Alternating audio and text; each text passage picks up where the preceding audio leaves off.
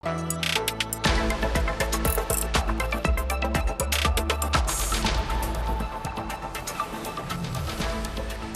et messieurs, bonjour et bienvenue sur Médien TV. Sommet mondial sur les océans, c'est le sujet du Focus Eco, sommet au cours duquel le Maroc plaide pour une relecture stratégique du rôle maritime africain. 3 axes majeurs mis en évidence: une croissance bleue, une coopération sud-sud renforcée, une intégration régionale autour des espaces océaniques.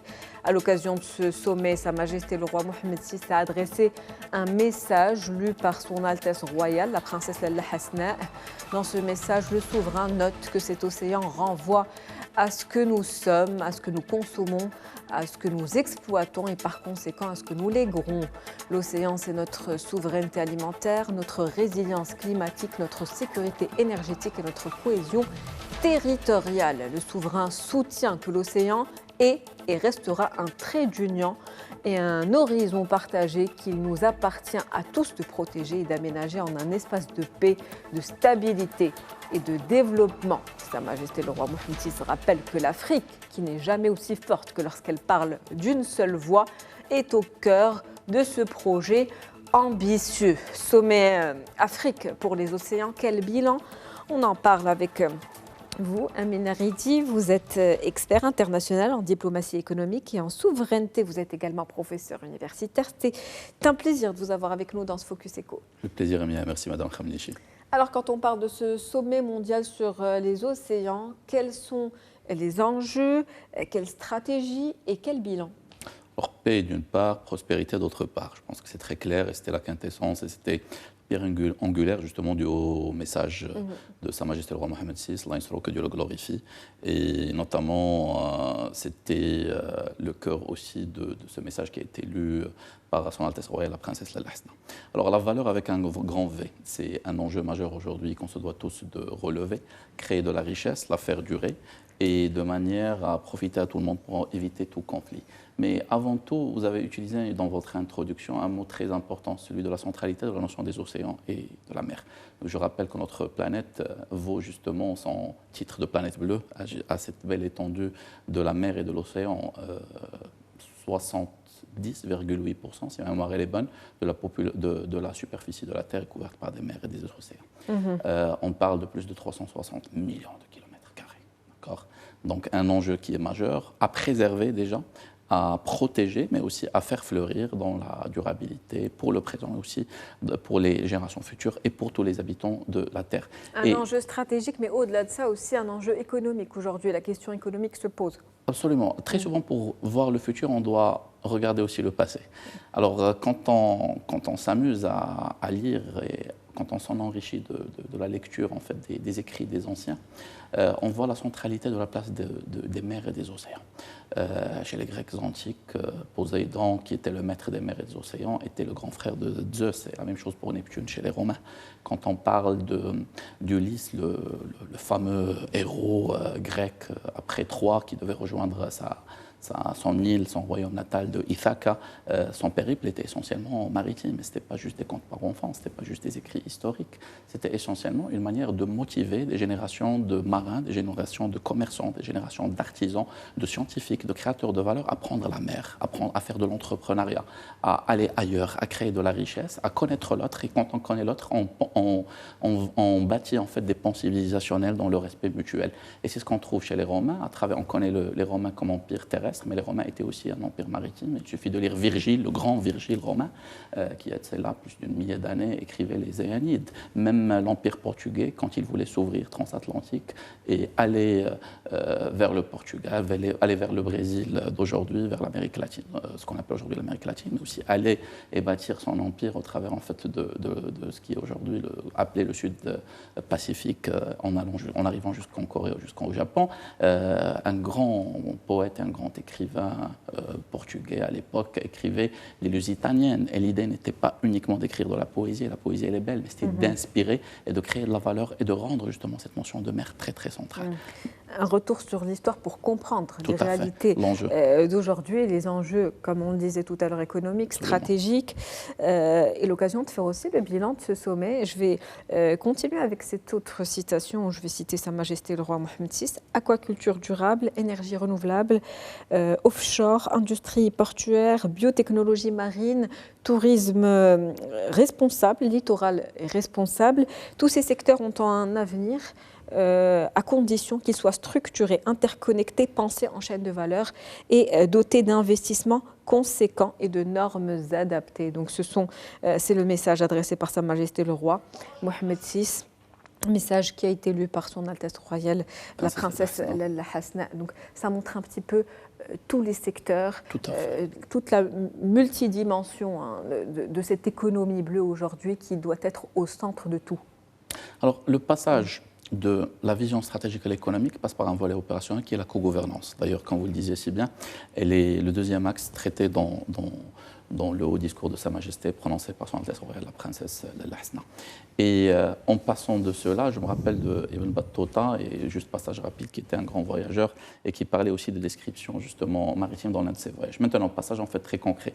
La co-gouvernance, elle est très importante. Quand on parle des règles du Hague, le Hague, la Haye, ville en Hollande, gouverne une bonne partie en fait, du transport maritime, notamment le volet commercial. On parle jusqu'à aujourd'hui des règles du Hague Visby Rules, donc ce n'est pas juste l'histoire maritime de la VOC, la grande compagnie hollandaise, mais on parle aussi de gouvernance jusqu'au présent. Quand on parle du droit anglais, le droit anglais a la spécificité de gérer une bonne partie, sinon la majeure partie, des conflits commerciaux de transport en fait, de marchandises, de par la mer. Et je rappelle, 90% du transport maritime se fait par la mer, aussi bien par conteneurs, inventés par nos amis américains dans les années 20, avec un système qui a pris son ampleur en 1956 avec une entreprise qui s'appelait McLean, que par les vraquiers, que par les bateaux méthaniers, les bateaux pétroliers et les supertankers dont on a si besoin aujourd'hui.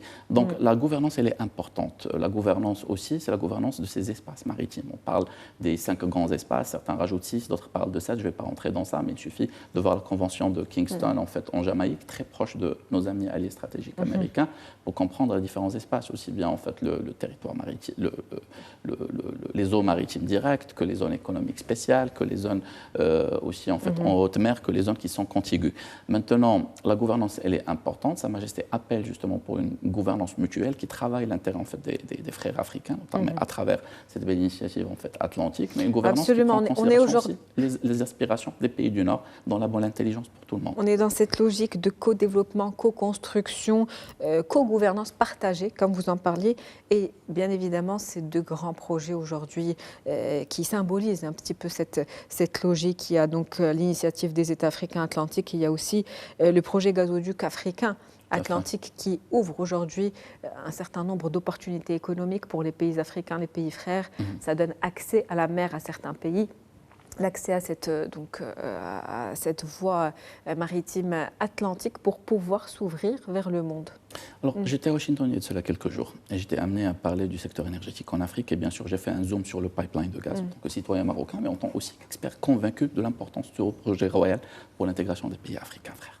C'était l'occasion d'en parler aussi dans d'autres capitales mondiales par la suite. Maintenant, ce projet, sa beauté, c'est qu'il est d'une intelligence incroyable parce qu'il fédère les intérêts du Sud et du Nord. Et c'est très important de sortir de l'approche purement idéologique et de créer de la richesse mutuelle. C'est pour ça que je parlais de valeur avec un grand V au départ. C'est un projet aujourd'hui qui touche bien sûr au gaz, dont nos amis européens ont besoin, sans rentrer en belligérance, en conflit avec qui que ce soit, au contraire, de manière fédératrice. C'est un projet qui sert les intérêts des pays africains parce que ce gaz sera transformé en électricité pour tous les pays en fait, qu'il va traverser, les pays souverains. Un projet solidaire avant tout. Solidaire avant tout. C'est aussi en fait qu'il parle de gaz, parle également aussi de sécurité alimentaire parce que le gaz donne l'ammonium et cet ammonium c'est important avec le phosphate marocain pour produire ce qu'on appelle les engrais de surface et les NPK avec le nitrate et avec le potassium, NP et K. C'est un projet qui sert aujourd'hui également pour connaître la bathymétrie, c'est-à-dire le sol en fait qui est maritime, et donc automatiquement pour faire passer des choses très importantes et existentielles. Si aujourd'hui on est en train de parler, c'est qu'il y a des câbles d'électricité et c'est de faire passer des câbles d'électricité, mais aussi des câbles de data, je parle d'Internet, et des câbles de téléphonie. Donc c'est un projet de sécurité aussi, parce que qui dit un pipeline qui passe par là, c'est l'intégration de la population locale, c'est la stabilité, mais aussi une sécurisation réalisation de pipeline qui éviterait tout risque potentiel de piraterie sur toute la grande région, notamment dans la région de Guinée. Donc un projet intelligent et fédérateur qui allie la paix et la stabilité aussi à un ensemble d'enjeux, mais qui prend en considération les besoins du Sud et les besoins du Nord. Maintenant, Sa Majesté a eu la grande bienveillance et aussi la grande vision d'énumérer un ensemble de points. Je voudrais revenir sur ça. Tout pays ayant un littoral maritime, c'est d'abord une économie de tourisme. La plage, on est en plein, c'est très important, bien sûr, quand on se développe, quand on investit, quand il y a le brand pays qui est puissant, quand il y a l'expertise, il y a plus de retour sur investissement. Mais c'est aussi la pêche, en commençant par la pêche artisanale, en allant de la pêche durable, dont on a si important. Le paradigme de Malthus est une réalité. Toujours dans cette logique de rapprocher le Nord et le Sud. Absolument. Et dans cette logique aussi de bénéfices mutuels, de partenariats gagnant-gagnant. Absolument. Il faut toujours commencer par les enjeux communs. Et d'initiatives solidaires. Absolument. Il faut toujours commencer par les enjeux communs. D'accord. Aujourd'hui, il y a un grand défi pour toute la population mondiale, c'est le défi de la sécurité alimentaire. Une population aujourd'hui qui augmente de manière exponentielle, alors que les ressources en fait, alimentaires n'augmentent que de manière qui est linéaire, ce qu'on appelle d'ailleurs le paradigme de Malthus, qui n'a pas changé depuis les 3 derniers siècles, que vous connaissez très bien. Aujourd'hui, on a besoin de faire que la mer soit aussi, en plus de la terre, où le Maroc investit énormément en sécurité alimentaire, en agriculture, j'en parlais tout à l'heure, mais aussi il y a d'autres potentiels, que la mer en fait devienne un vivier, aussi bien par la protéine marin, mais aussi par rapport aux algues qui aujourd'hui sont si importants, et aussi par d'autres formes de flore. Maintenant, en plus de la sécurité alimentaire, en plus de la durabilité, je parlais des fermes de poissons, il y a aussi un volet pharmaceutique, il y a un manque mondial en matière de vitamines, de B6, etc. Je ne vais pas rentrer dans ce genre de détails, pas en tout cas, on n'a pas beaucoup de temps pour ça, mais le volet pharmaceutique est très existentiel, et aussi le volet énergétique. Alors il y a bien sûr en fait tout ce qui est gaz, tout ce qui est pétrole, ça on le sait.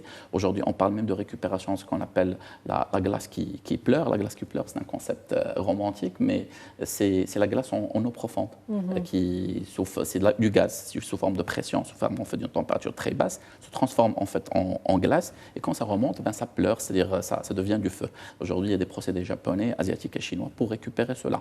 Mais on parle également aussi d'énergie renouvelable. C'est la mécanique des vagues qui peut être produire de l'électricité, qui devient une réalité aujourd'hui, notamment dans les pays scandinaves. On est en train de parler aussi de tout ce qui est éolienne flottante qu'on voit aujourd'hui réellement sur la Manche, entre l'Angleterre et le Royaume-Uni, entre la France, deux pays amis, frères qui soutiennent la souveraineté du Royaume du Maroc. Et cela en faisant appel toujours à cette approche africaine qui soit coordonnée. Dans le partenariat, dans la mutualisation et dans l'intelligence. C'est-à-dire il faut en fait créer des débouchés internationaux pour attirer de l'investissement étranger. Pour optimiser les chaînes de valeur également. Absolument. Et c'est là aussi toute la puissance justement de ce projet du projet royal du port de Dakhla aujourd'hui, qui vise à être en fait, et qui est déjà perçu en tant que tel, qui vise à être une locomotive. L'idée du port de Dakhla, ce n'est pas uniquement un portail d'entrée et de distribution, ce qu'il sera, mais c'est aussi une locomotive. Il y a une rupture des chaînes de valeur mondiales en matière de minerais rares, etc. Ce port-là, avec des zones de stockage, avec de grandes multinationales de sourcing, viserait justement à jouer un rôle de grande base de trading, d'accord, qui garantirait